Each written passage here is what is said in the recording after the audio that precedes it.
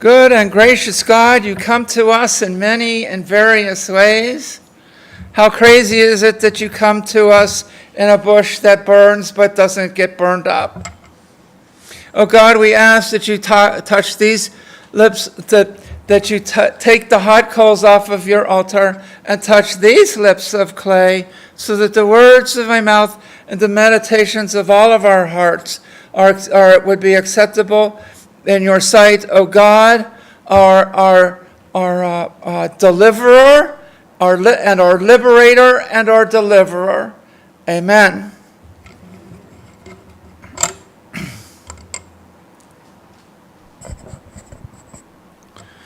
So what happens when the unexpected happens? In other words, I'm asking the question that I asked during our prayer time: how has God been at work in your life this week? What kind of question is that? And I wonder what kind of answer Moses gave that day. So what happens when the unexpected happens? As in, when God shows up and you least expect it? I don't mean like God shows up in a tragedy. I don't mean like what it's like for, I'm asking what it's like for when God self-reveals out of the blue. Not what it's like when God embraces you during a time of tragedy or a time of excitement, a time of birth and death. Not those times. An ordinary time when God comes to you and speaks to you. Moses wasn't expecting that God would come out of the blue with this blazing speech. What happens? Your world, your life is changed, and you are changed. And God has just changed your world. And that when you left the house this morning, it is different than when you come home in the evening. The last we saw Moses is that he was getting plucked up out of the Nile by one of the Pharaoh's daughter's attendees and then taken in, and the Pharaoh's daughter would raise him. Although he was a Hebrew, he was raised as an Egyptian. We need to remember that throughout the world, the various cultures and societies all had a code by which they could live by, in the words of Graham Nash. Do not murder wasn't just a Hebrew thing on the Mount Sinai. It was a reminder that all cultures that want to keep themselves together have certain boundaries. Do not murder. Do not commit adultery. Do not steal. And for goodness sakes, do not lie. Do not envy your neighbor's spouse and house. Do not envy their beast of burden or the car they drive. Do not envy their sewing machine and their tools they have in their garage, although they might be good ones. These are rules of civilization, and they help us keep us together. The act of envy, sometimes I go into somebody's house and I have house envy. And that means I'm missing something. There's something inside of me that isn't quite comfortable with where I am. And so I need to be aware of that and then come back into that space and be joyfully thankful that I live in a wondrous place with a wondrous woman. The Egyptians are no different. They too had their own code of ethics that kept their life together. Sometimes, though, as we know, our systems that keep a society together go off the rails. Moses was a Hebrew, and he was raised in the house of Pharaoh. And so Moses was raised in all things Egyptian, with a sense of Egyptian moral ethics, a code by which everyone could live by. And he knew right from wrong. One of those rights from wrongs was, thou shalt not murder. The life of Moses jumps from Pharaoh's daughter, where we saw it last week, when we ended last week. We don't see anything about Moses' life from the time he got plucked up out of the Nile to when we started this morning. That Moses was keeping a flock. What we missed was that one day Moses witnessed an Egyptian beating a Hebrew. Was this some sort of racial thing that was going on? One group beating up on another group that was different? Was this ethnic phobia on the part of the Egyptian, in which we still see something like that, a different version going on this very day?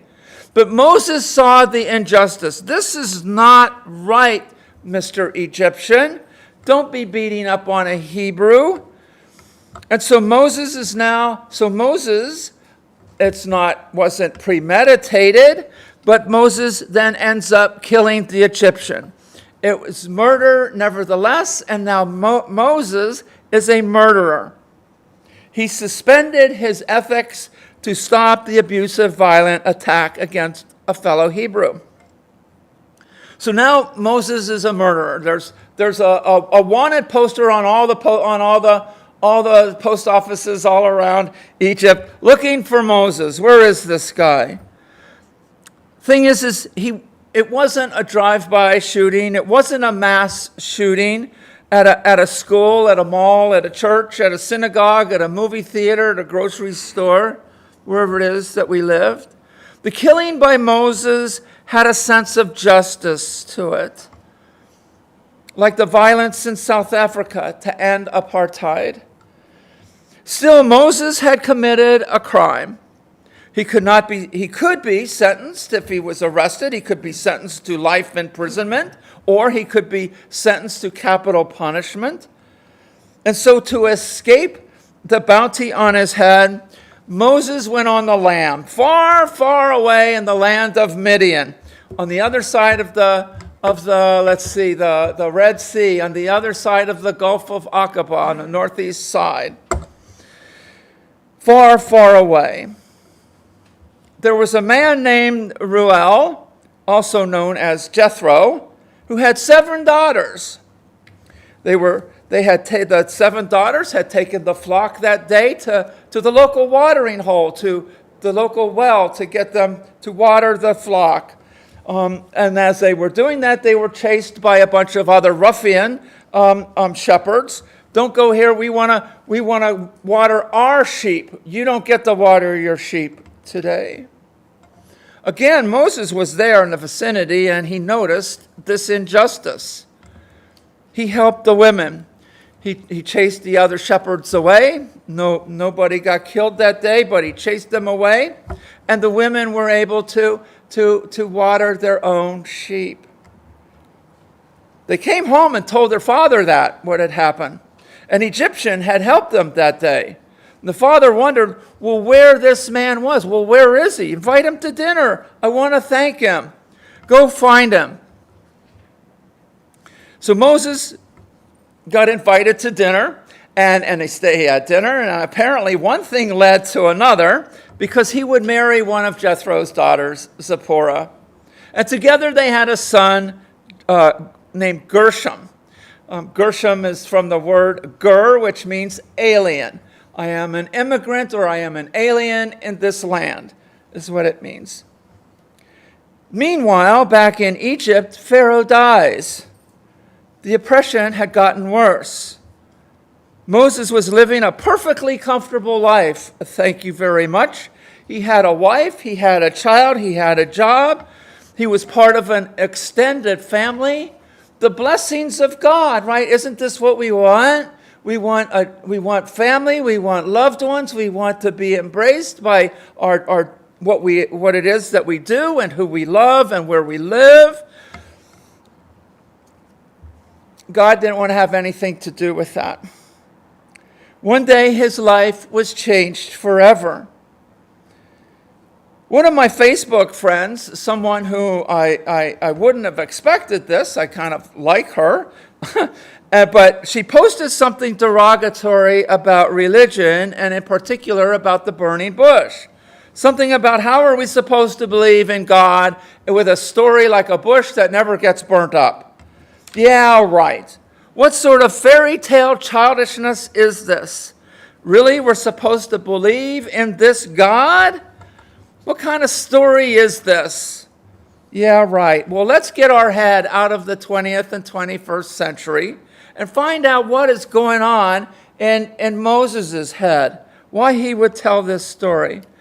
And this is why it is so important to understand what it means to take the Bible seriously and not literally or infallibly.